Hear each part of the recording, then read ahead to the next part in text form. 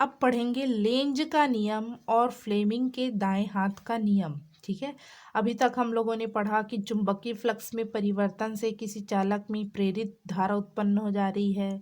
ठीक है, परंतु प्रेरित धारा किस दिशा में उत्पन्न होगी, इस दिशा में या इस दिशा में, किस दिशा में, ये हमको ज्ञान नहीं है।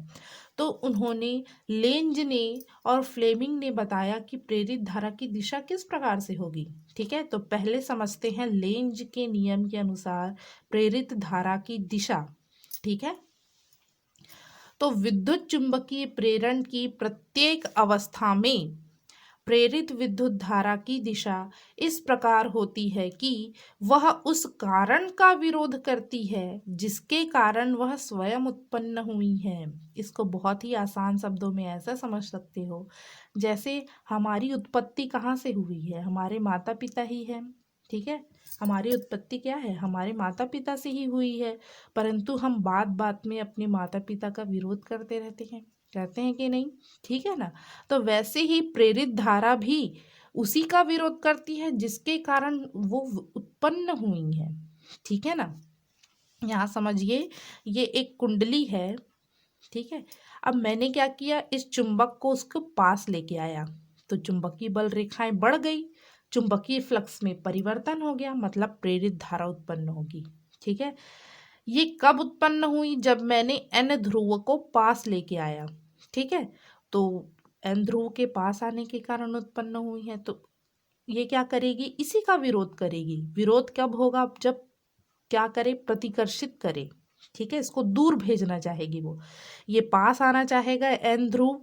ठीक है ना, ये पास लेके जा रही हूं मैं, तो एन ध्रुव पास आ रहा है, तो ये इसी का विरोध करेगी, इसको दूर भेजना चाहेगी। दूर कब भेजेगी, जब प्रतिकर्षित करेगी। तो यहाँ एन ध्रुव उत्पन्न होना चाहिए। एन ध्रुव उत्पन्न हो रहा है, मतलब धारा कैसे बहती है जी, एंटी क्लॉकवाइज। हम लोगों ने पढ़ा है एंटी क्लॉकवाइज। ठीक है, तो इस दिशा में धारा प्रवाहित होना शुरू हो जाएगी। जब हम क्या करेंगे, चुंबक को पास लेके आएंगे तो विरोध करेगी एन ध्रुव का। ठीक है, तो मतलब यहाँ भी एन ध्रुव प्रेरित हो जाएगा और ये क्या करेगी, एंटी क्लॉकवाइज धारा प्रवाहित हो रही है, मतलब। ठीक है, धारा की दिशा हमको पता चल गई भाई। ठीक है, अब मैंने क्या किया, चुंबक को दूर लेके जा रही हूँ, मतलब चुंबकीय बल रेखाएं कम गुजरेंगी, चुंबकीय फ्लक्स में परिवर्तन होगा, तो प्रेरित धारा उत्पन्न हो गई। ये दूर लेके जा रही हूँ, उसका भी विरोध करेगी, मतलब ये इसको आकर्षित करना चाहेगी। ठीक है, पास लेके आ रही हूँ तो भी विरोध कर रही है, दूर लेके जा रही हूँ तो भी उसका विरोध करेगी, मतलब यहाँ एस ध्रुव प्रेरित हो जाएगा। एस ध्रुव मतलब धारा कैसे बहेगी जी, क्लॉकवाइज। क्लॉकवाइज धारा प्रवाहित होने लगेगी। ठीक है, तो इस प्रकार से लेंज के नियम की सहायता से हम प्रेरित धारा की दिशा निकाल सकती हैं। जब पास लेके आएंगे तो क्या करेगी, इस प्रकार से धारा बहेगी एंटी क्लॉकवाइज। जब एन ध्रुव को दूर लेके जाएंगे तो क्लॉकवाइज। वैसे ही एस ध्रुव को भी कर सकते हैं, एस ध्रुव को पास लेके आओगे तो एस ध्रुव प्रेरित हो जाएगा, मतलब क्लॉकवाइज धारा बहेगी। और एस ध्रुव को दूर लेके जाओगे तो क्या करना चाहेगी, उसको पास लाना चाहेगी, मतलब एन ध्रुव प्रेरित हो जाएगा। ठीक है, तो जिसके कारण उत्पन्न हुई है उसी का विरोध करती है। इस प्रकार से प्रेरित धारा की दिशा हम ज्ञात कर सकते हैं। और सेकंड है लेंज का नियम एवं ऊर्जा संरक्षण का नियम। ठीक है, लेंज के नियम में हम क्या कर रहे हैं, यंत्रों का उपयोग कर रहे हैं ना। ठीक है, यहाँ अपने आप उत्पन्न नहीं हो रहा है प्रेरित धारा, कैसे उत्पन्न हो रहा है, यहाँ हम यंत्रों का उपयोग कर रहे हैं, मतलब यांत्रिक ऊर्जा जो है वो विद्युत ऊर्जा में परिवर्तित हो रही है। ठीक है, अचानक से कहीं से उत्पन्न नहीं होता। ऊर्जा संरक्षण का नियम क्या कहता है, ऊर्जा ना तो उत्पन्न होती है और ना ही नष्ट होती है, केवल एक रूप से दूसरे रूप में रूपांतरित होती है। तो यहाँ भी प्रेरित धारा उत्पन्न नहीं हो रही है, यहाँ यांत्रिक ऊर्जा जो है, यंत्रों की सहायता से कर रहे हैं ना ये काम, यांत्रिक ऊर्जा विद्युत ऊर्जा में परिवर्तित हो रही है। ठीक है ना, फ्लेमिंग के दाएं हाथ का नियम, ये मोस्ट इम्पॉर्टेंट है। आगे जब जनरेटर पढ़ेंगे तो इसी का उपयोग करेंगे, फ्लेमिंग के दाएं हाथ के नियम का। यदि अंगूठा, तर्जनी और मध्यमा तीनों एक दूसरे के लंबवत है तो अंगूठा दर्शाएगा चालक की गति की दिशा, ठीक है। तर्जनी दर्शाएगी चुंबकीय क्षेत्र की दिशा, ठीक है, क्षेत्र मतलब चुंबकीय क्षेत्र की दिशा। तो मध्यमा जो है, ये वाली उंगली मध्यमा जो है वो प्रेरित धारा की दिशा को प्रदर्शित करेगी, ठीक है। ये याद रखेंगे, मोस्ट इम्पॉर्टेंट है, ठीक है। अब आगे देखते हैं हम फैराडे के नियम से गतिज विद्युत वाहक बल, ठीक है। जब चालक चुंबकीय क्षेत्र में गति करता है तो चालक में सिरों पर प्रेरित विद्युत वाहक बल को गतिज विद्युत वाहक बल कहते हैं। क्यों गतिज बोल दिए भाई? चालक क्या कर रहा है? गति कर रहा है चुंबकीय क्षेत्र में, ठीक है, तो इसलिए इसको क्या कह दिए? गतिज विद्युत वाहक बल कह दिए, ठीक है ना। तो यहाँ मैंने चुंबकीय क्षेत्र बना दिया है, ठीक है। पी क्यू एक चालक है, ठीक है। पी क्यू क्या है? चालक है जो चुंबकीय क्षेत्र में रखा हुआ है। और ये जो आयताकार नली देख रहे हैं ना, एम एन आर क्यू, ये इसमें फिसल सकता है या गति कर सकता है, ठीक है। इस दिशा में गति कर रहा है, कितने वेग से? v वेग से।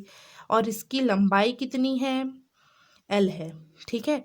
और इसकी चौड़ाई कितनी है? किसी पॉइंट पर x है, मान लो ये इधर गति कर रहा है तो धीरे धीरे x कम होते जाएगा ना। मान लो किसी समय t में क्या है? x है वो, ठीक है। इसके लिए हमको विद्युत वाहक बल या एप्सिलॉन की गणना करनी है, ठीक है। तो कैसे निकालेंगे देखते हैं। तो जो भी दिया गया है, एक चुंबकीय क्षेत्र B है, चालक v वेग से गति कर रहा है जिसकी लंबाई l है, चौड़ाई क्या है? किसी समय में x है, ठीक है। तो कैसे निकालेंगे देखते हैं। सबसे पहले हमको निकालना पड़ेगा, इसमें हम उपयोग करेंगे फैराडे के द्वितीय नियम का, जो बताता है कि प्रेरित विद्युत वाहक बल चुंबकीय फ्लक्स में परिवर्तन की दर के बराबर होती है, ठीक है ना, यह अनुक्रमानुपाती होती है। तो इसके लिए चुंबकीय फ्लक्स पहले निकालना पड़ेगा। तो चुंबकीय flux phi is equal to B A, क्या होता है? Phi B is equal to B A cos theta. Theta क्या है? क्षेत्रफल सदिश और चुंबकीय क्षेत्र के बीच का कोण, ठीक है। तो इसका क्षेत्रफल सदिश क्या होगा? ये ऐसे रखा हुआ है, या तो नीचे की ओर होगा या ऊपर की ओर। थीटा बराबर या तो 0 ले सकते हो या 180 अंश। तो कॉस 0 बराबर क्या होता है? 1 होता है, ठीक है। चुंबकीय क्षेत्र क्या है जी? क्रॉस है, मतलब लंबवत नीचे की ओर है। क्षेत्रफल सदिश भी लंबवत नीचे की ओर। इसके लंबवत होगा ना, या तो लंबवत बाहर लो या लंबवत अंदर लो, ठीक है ना। 180 अंश का मान भी 1 ही होता है, ठीक है। तो कॉस 0 ले लिया मैंने, 1 0 ले लेते हैं। तो B A cos theta, theta की जगह 0 रख दो, ठीक है, तो 1 हो गया। तो बी ए बचा। एरिया क्या होता है? ये आयत बना रहा है, ठीक है।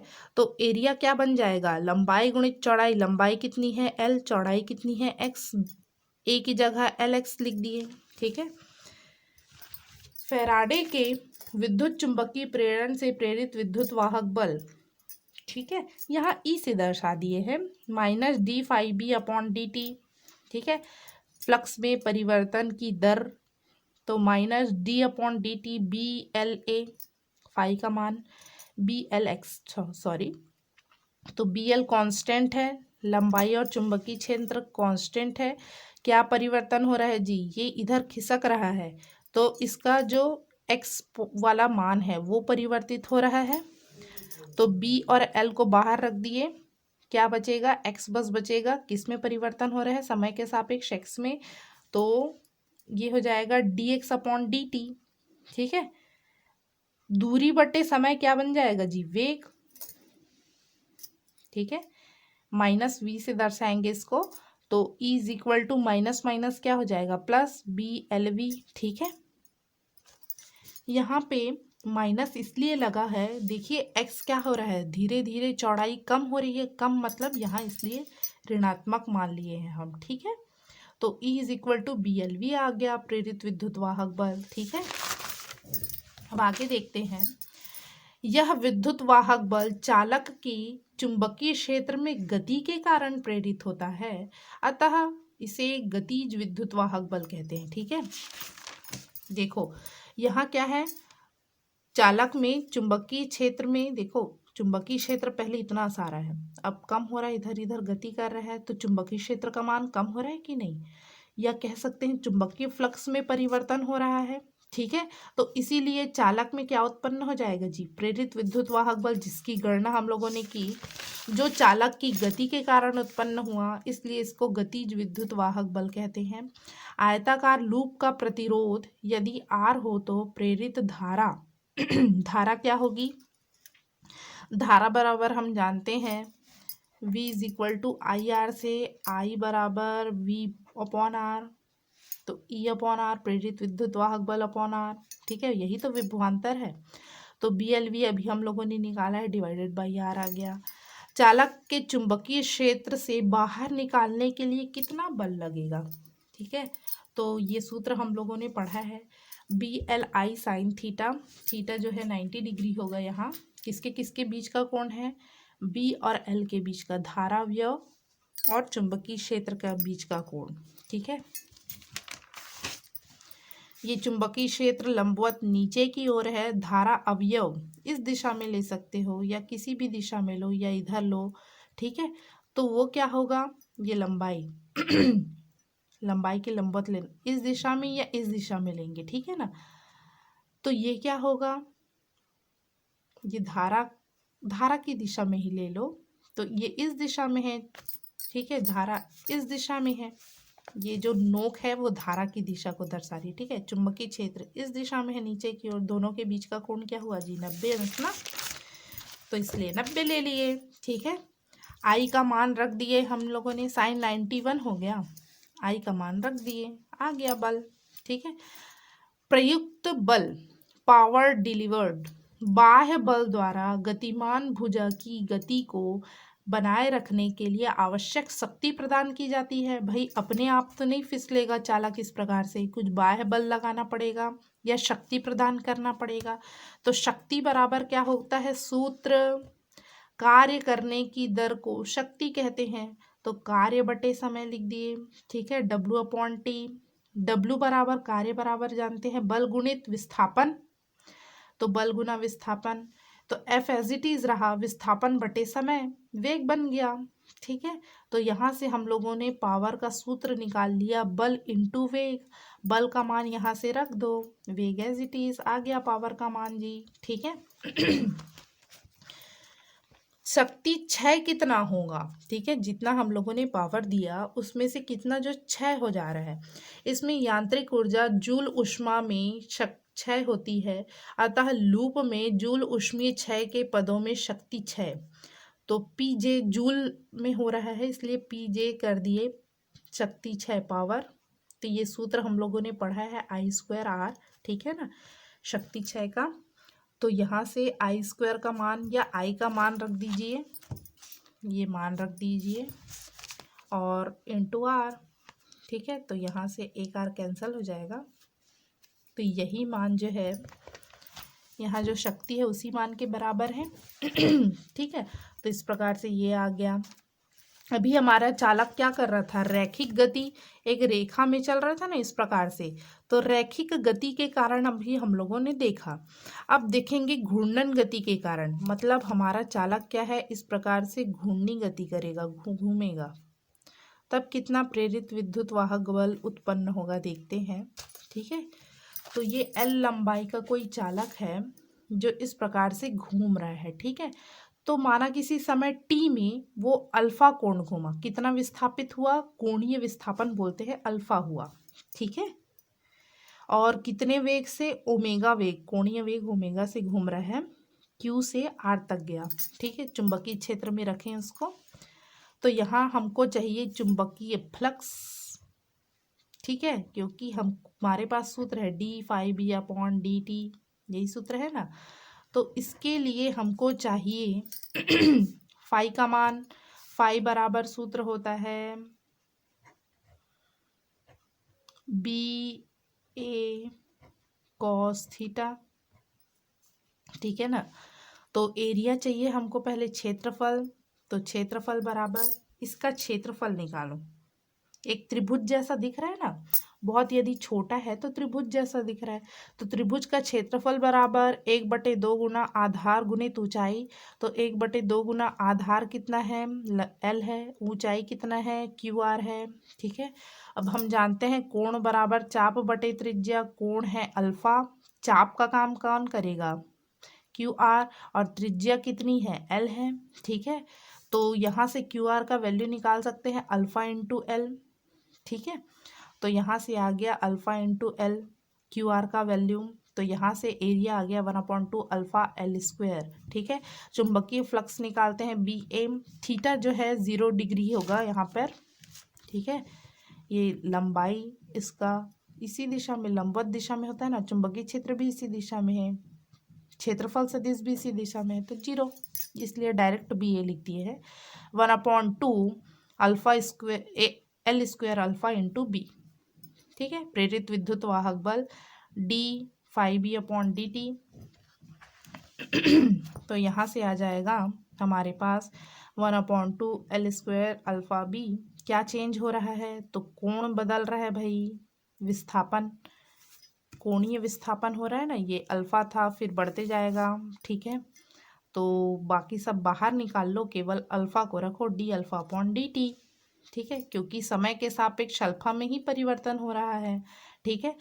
कोणीय विस्थापन बटे समय, तो ये विस्थापन बटे समय मतलब क्या बन गया जी, ये तो वेग बन गया, कोणीय वेग ओमेगा, तो ये ओमेगा हो गया, ठीक है। यही प्रेरित विद्युत वाहक बल है, किसके लिए, घूर्णन गति के लिए, ठीक है। रैखिक गति के लिए निकाले, अब घूर्णन गति के लिए, ठीक।